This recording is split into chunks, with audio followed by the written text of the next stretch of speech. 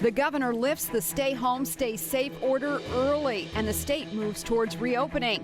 What it means for you. Business owners reacting to an unexpected night of damage and destruction in downtown Lansing. That story coming up. Plus, protests continue today in mid-Michigan. We'll give you the latest updates on News 10 at 6. You're watching News 10 at 6. Michigan's safer at home order is lifted tonight. The news that more Michigan businesses can begin to reopen. Governor Gretchen Whitmer also announcing the state is moving to stage 4 of the My Safe Start plan. Certain restrictions will still remain in place, like wearing a face mask in public places, but the governor says things can start opening back up. The data has shown that we're ready to carefully move our state into this next phase. But we owe it to our frontline heroes to make sure we get this right. Starting today, groups of less than 100 can gather outdoors with social distancing. Retailers are allowed to reopen without appointments this coming Thursday, and restaurants and bars can reopen to dine-in customers next Monday, June 8th. Gyms, hair salons, theaters, and casinos will remain closed. Also today, word on the return of Michigan's bottle deposit return program. Starting June 15th, all grocery stores and retailers with bottle returns at the front of the store must reopen. This also includes stores with reverse vending machines or no person-to-person contact. The state says retailers may limit the bottle return hours and the number of operating reverse vending machines. Take a look at some of these images from the looting and vandalism in downtown Lansing last night. Several businesses damaged, broken windows and graffiti. The city of Lansing estimates the damage to public buildings and private businesses is in the thousands of dollars. News 10's Christiana Ford talked with some of those business owners today. She is live in downtown Lansing with that story tonight. And this all happening in the middle of a global pandemic as small businesses are already feeling the economic strain. Last night, we witnessed the looting and the vandalism by a number of small, bad actors. I mean, I saw milk jugs and rocks being thrown into windows. Business owners I talked to today tell me they don't completely understand why all this happened, but they're still trying to remain positive.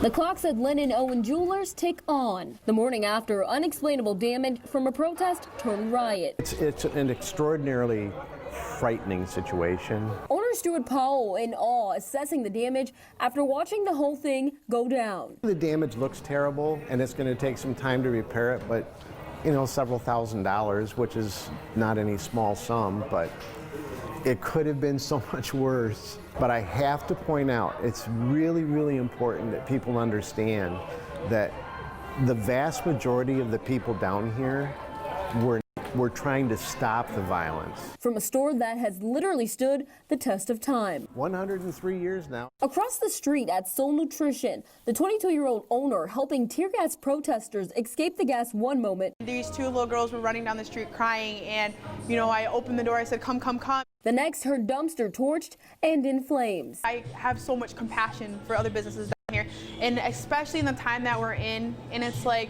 what did Chase Bank do? Like, what did the store across the street, what did the store down the road do? Like, what did some of these businesses do to deserve and that weren't even here? They were all home. 2 blocks away, glass windows smashed out of this long-standing cigar shop. I watched it earlier in the day, and I didn't expect it to turn out this way. I mean, I wish it hadn't happened.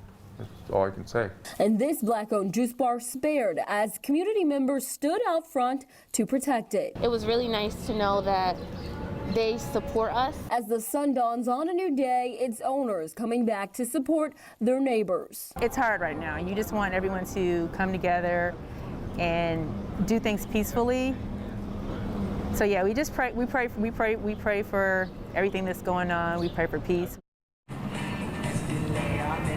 Some positive news at Lynn & Owen Jewelers. The owner actually told me a couple of good Samaritans in the middle of the night and the looting grabbed up some of their merchandise to protect it in their home safely and then returned it back to the store in the morning. Live in Lansing, Christiana Ford, News 10. A lot of good people in this world. Thank you, Christiana. Business owners did get some help cleaning up today.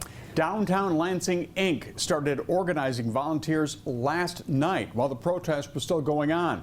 They hit the streets early this morning. News 10's Maureen Halliday live in downtown Lansing, where she talked to them today. Maureen.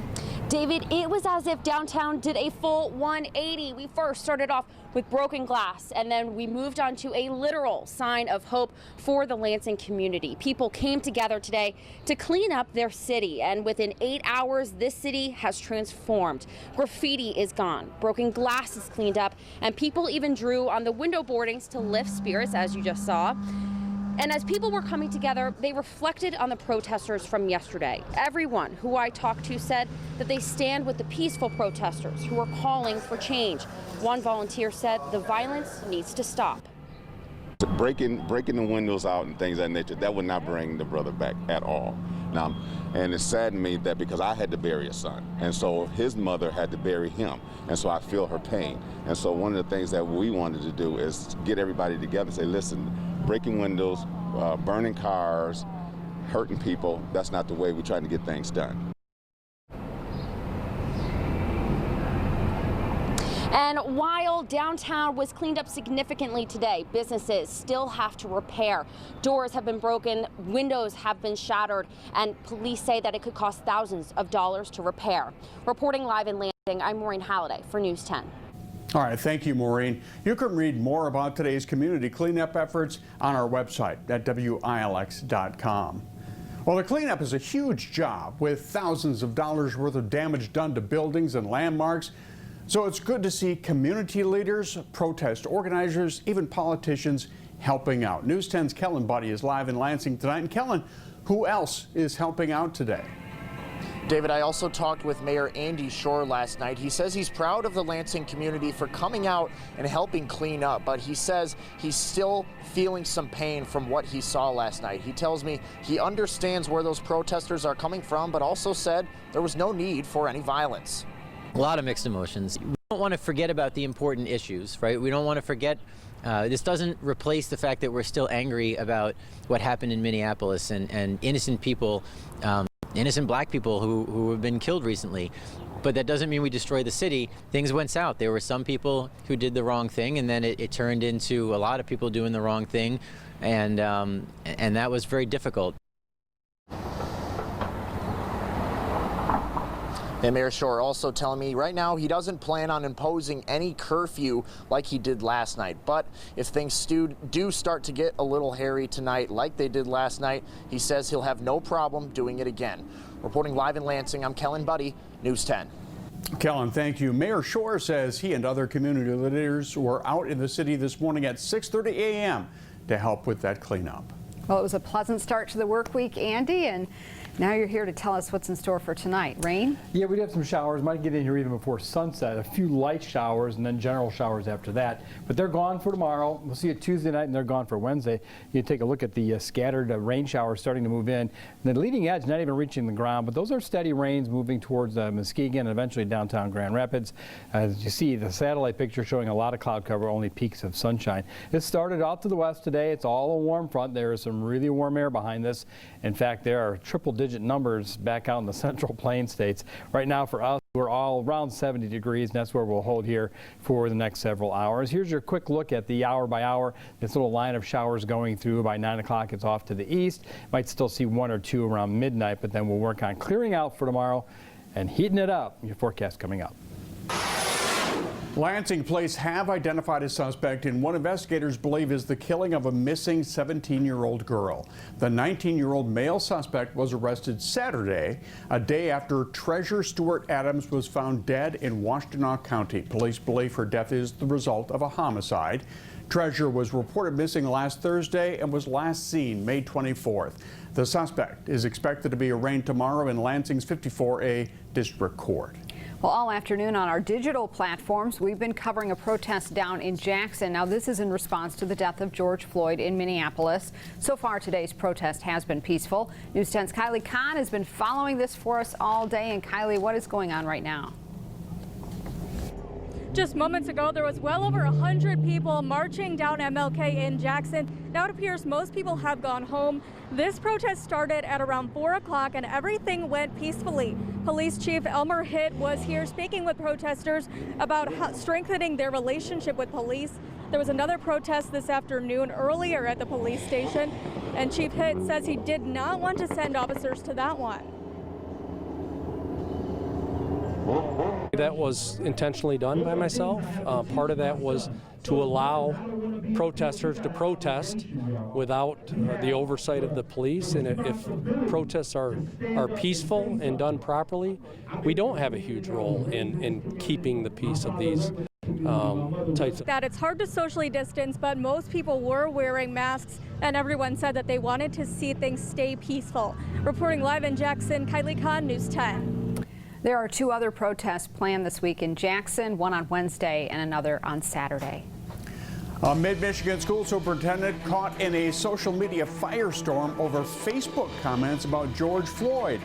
Why some are calling for his resignation when we come back. But first, here's a live look at roads with time-saver traffic right now. Things are looking pretty good around the area. No accidents or slowdowns to report. You can always get the latest updates with the WILX app. It's free in the App Store. People in Eaton County are calling on the superintendent of Grand Ledge Public Schools to resign. And it's because of a Facebook comment Brian Metcalf made about George Floyd, who was killed last week by Minneapolis police, sparking riots across the country. News 10's Cody Butler is live in Grand Ledge tonight, where people rallied against him today. Cody. The protest wrapped up a little more than an hour ago. Parents, students, and alumni are all out here for about 2 hours. They say they're tired of racism in their community and their school. I wouldn't say surprised because of my experience thus far. About 20 people showed up to protest outside the Grand Ledge administrative offices, calling on Superintendent Brian Metcalf to resign. This after he posted a Facebook comment Sunday saying George Floyd should have been following the law to avoid conflict with police. Heather Schmidtman says those comments explains why her second grader wanted to change schools. Got to a point he eventually came home asking me to, put him into a different school because he felt that a lot of his peers were indeed racist. Grand Ledge High School alum Abby Wilcox says the post shows it's time for a change in leadership. Responsible for our kids, he should not have those ideals. He should not be publicizing those ideals, and we need to do better. In a letter to parents, Metcalf says the Facebook comment was taken out of context. He says what happened to George Floyd was wrong and the officer should face trial. He goes on to say that the burning businesses, breaking windows, and looting are also wrong, and the violence and criminal activity need to stop. But Wilcox says that letter isn't enough. Apologize. Don't double down. This is not a time for that. Police were out here during the protest to make sure things stayed peaceful. Police chief even walking with a group against racial injustice. Reporting live in Grand Ledge, Cody Butler, News 10. All right, Cody, thank you. Parents also plan to bring their concerns about Metcalf to the next school board meeting. We will keep you posted on that. Well, after a few cool, dry days, things are going to be changing around here. Heat and humidity making a comeback this week, Andy. It is. I think the air conditioners are on more than they're off. Starting tomorrow, for sure, it's an on day. Now, some of the humidity is being wrung out of the atmosphere in the form of light rain showers. This is the push of really a warm front, warmer air coming in for tomorrow. It's most of the rain here, not even reaching the ground yet, and it's relatively light, with some stronger showers. We'll head into Grand Rapids here shortly, and then head to the east of us. This is only for a few hours. It's not a soaking rain, and for some, may mean no rain at all. Well, May was not that way. Our temperature, of all the ups and downs we did, we averaged out 1 degree below normal, and 57.7 is a normal temperature for May. Our precipitation, well, that was above. We had over 6 inches. Jackson just a little shy of that, but still very wet, 2.5 to almost 3 inches above normal, making one of the top 10 wettest Mays. And we also had a trace of snow that month. Goodbye, May. This start of June looks pretty good. Even though we got a few showers coming in, we were only a couple degrees below normal today. And the other side of that warm air, And that front there, it is really hot, and that'll be our case for the daytime tomorrow. Most of the steady rains are north, and it won't take long to get these rains to go through. Readings in the upper 60s to around 70. The low tonight's in the low 60s, so a milder night. The last 2 mornings we started at 40 degrees. It was rather chilly.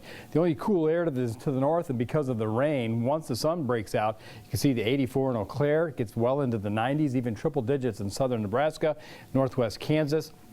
Now, that doesn't come right over us, but with a southwest wind tomorrow, we'll easily get 80s in here, and I think some folks may eventually see an 88 before the day is done.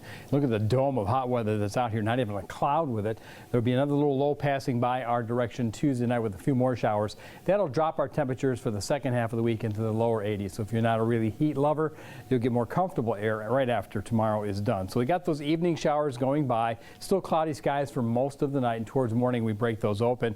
We're already in the 70s at lunchtime, and low to mid 80s through the afternoon with a gusty southwest flow. Overnight comes a little disturbance. Kick off some showers and storms, but they're done mid-morning and we're right back to sunshine, and this is going to be a little better weather, less humid, lower 80s, and we'll keep that clear sky going Wednesday night and Thursday as well, looking really, really good. Temperatures will be about 80 to 82 on Thursday, and we even get cooler for the upcoming weekend. So our readings tonight stay in the lower 60s, and watch the highs tomorrow. I think the mid to upper 80s, more of the southwest part of mid-Michigan as we get into the afternoon time, but mid 80s still well above normal by 15 degrees or so for most of us.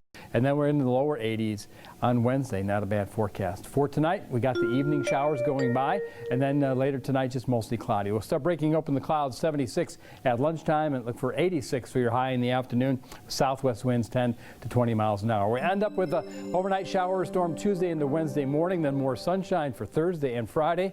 It could be a brief shower Friday afternoon. Saturday and Sunday, we're looking at temperatures in the 70s with lots of sunshine, so looking really good at that time. As far as next week, well, we'll heat it right back up again when we get close to 80 degrees by next Monday. So June starting out, what you'd expect to finally have summer, that's for sure, in June. All right, thank you, Andy. Well, you can now get a Detroit favorite in Lansing. Buddy's Pizza opened today on Lansing's west side. It's the third location outside of the Motor City. The restaurant was supposed to open back in March, but the pandemic pushed it back.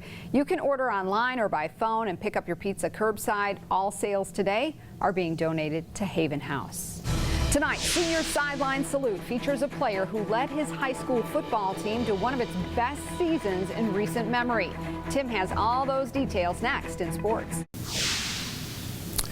Good evening. This is our final week of Senior Sideline Salute. Tonight's honoree, Lansing Everett High School's Kaiwan Allen. We honor on our nightly 6 o'clock newscast a senior final school year disrupted by the virus. Kaiwan Allen, number 9, led Everett to a winning season. And the Vikings won 5 of their final 8 games, just missing the playoffs. He was accurate passing. You see it here. Ran with the ball well at times. Not the biggest quarterback in our area, but the Everett Vikings depended on his leadership. Our best wishes moving forward to Everett quarterback Kaiwan Allen. He could be tough to replace at Everest next fall this season for sure. Kaiwan, keep the ball right here and score. There he is. He's our senior salute tonight. Will the protests around the state of Michigan continue, or we see some closure? In Detroit, former Pistons star and former city mayor Dave Bing told NBC Sports Today not having any sports is among the problems leaving citizens frustrated. With no sports, I'm not sure what's going to bring us back together. I mean, you know, the politicians that we listen to, the leaders in our different communities that we listen to, nobody seems to have an answer. And we'll see if they can get an answer, and we can get things going back with sports again real soon, because it looks like Michigan State, the other Big Tenors are going to be back practicing soon. All right, Tim, thank you. You're welcome. Now let's get to the final weather with Andy. Yeah, some rain shower activity on the west side of the state. We'll be here probably 8 o'clock, scattered showers, nothing major. It'll last until about midnight, then move off to the east. Our temperatures right now are near 70 degrees. We'll take a look at the extended outlook in just 30 seconds.